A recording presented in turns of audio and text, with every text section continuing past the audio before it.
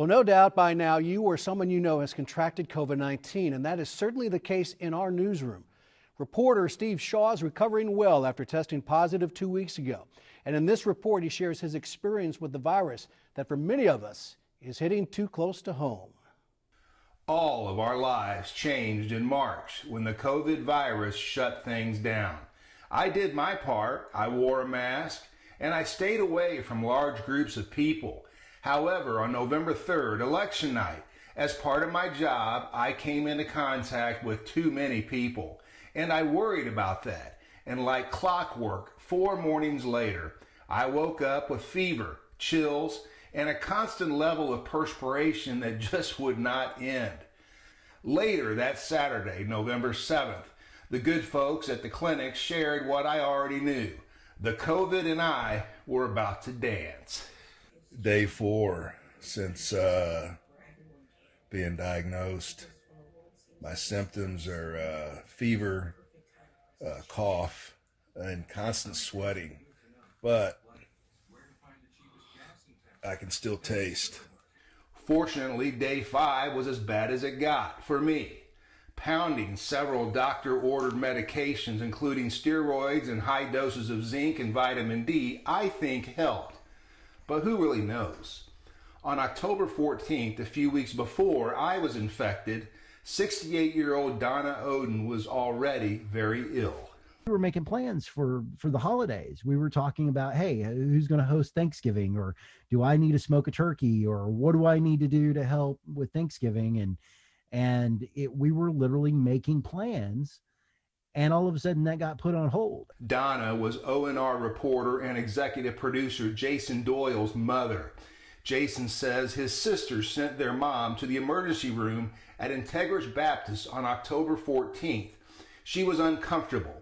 She was having a hard time breathing, and she harbored a host of comorbidities that, when exposed to COVID-19, can be lethal. It seemed like, we probably waited, or mom probably waited just a little bit too long. She was not comfortable. She wasn't feeling good. But like I said, she's had those type of feelings before with a cold. You said it felt like the flu to you. But as soon as the breathing problem started, that's when we probably should have really taken her in and insisted. Doyle, his sister, who's a nurse, and other family members kept a vigil at Integris Baptist. It was 2.5 weeks of hell, of her being in the ICU, and for us every day just wondering, is she going to make it? Is she going to be one of those numbers? There were some good days, and after she got a lot of the same treatments that President Trump got, it seemed like that there was a chance that she would recover. Everybody was cautiously optimistic. But the reality of the situation by October 30th was doctors needed to put Donna on a ventilator in order to live. But that would have probably only bought a few days. The odds were kind of stacked up against us at that point in time, because if you go on a ventilator, you're not going to have somebody from your family be able to come in and be part of the end of life process. So on Friday, October 30th, Donna and her family together made the decision that there would be no ventilator. We had that conversation, and the conversation was basically, I'm ready to go meet Jesus. I'm ready to go be with my husband, and I love you kids, but it's time. Donna Oden drifted off peacefully at 1:56 a.m. on Halloween.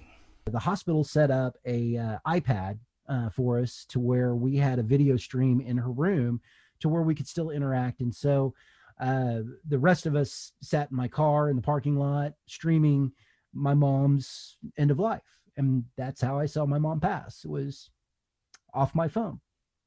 What do you want people to know about your mom? That my mom was one of the best people in the world when it comes to her kids. She put her family first. She loved her kids. She loved her grandkids. She lived a full life. I mean, she lived life unabashedly. And no matter what she faced, I mean, she had the rheumatoid arthritis, she had overweight, she had asthma, she was borderline diabetic, all these different things, but it never stopped her in life before COVID came along. And that last part was just what stopped a beautiful life short. Eddie Withers is an epidemiologist for the Oklahoma City County Health Department. And that's what I think pulls at my heartstrings, if you will, is situations like that. You know, again, for you, for myself, for, you know, vast majority of people, again, it won't be this big of a deal. It won't be this severe reaction, but how do you explain that to someone who's lost their mother? Dr. Douglas Devitz is Chief of Infectious Diseases at OU Health Sciences. You know, we've had, gosh, I'd have to look up, but there's been quite a few deaths in Oklahoma, and it seems like it's just a matter of time before we all know somebody who's been sick, or we all lose somebody who we love. You know, it's just, I think in a sense, it's just a matter of time. And you know, COVID-19, it's not going to go away. It's going to become something that we're going to deal with, I think, routinely. At least that's my bias, my hunch. A hunch that says it's about to get much worse. We could be in for a tough few months with the way that our numbers have been increasing over the last month. And so it really makes it important for all of us to take this seriously and to do what we can to protect ourselves and protect others. You know, even the Lone Ranger wore a mask, but we literally are in this together. It's not an expression. It's just a thing that I can't believe has become so political. And now we're seeing more and more facts come out, and those same people that are entrenched in that ideal that these masks are something that's taking away from your freedom. I will give you this. I'm a big freedom guy, but I would rather trade somebody's life for freedom any day, because if you're not alive, you can't enjoy freedom. You know, this is not the time to do half measures, you know, and we just have to get beyond the politics of masking and say, you know, this is health. This is how we keep our lives going. This is how we keep our economy going. It's not one or the other. We got to do both and keep it all going together. Steve Shaw, the Oklahoma News Report. Steve and Jason, thank you for sharing your story. Dr. Drevitz also stresses the importance of wearing a mask properly. He says masks don't do much good unless they cover both your mouth and your nose.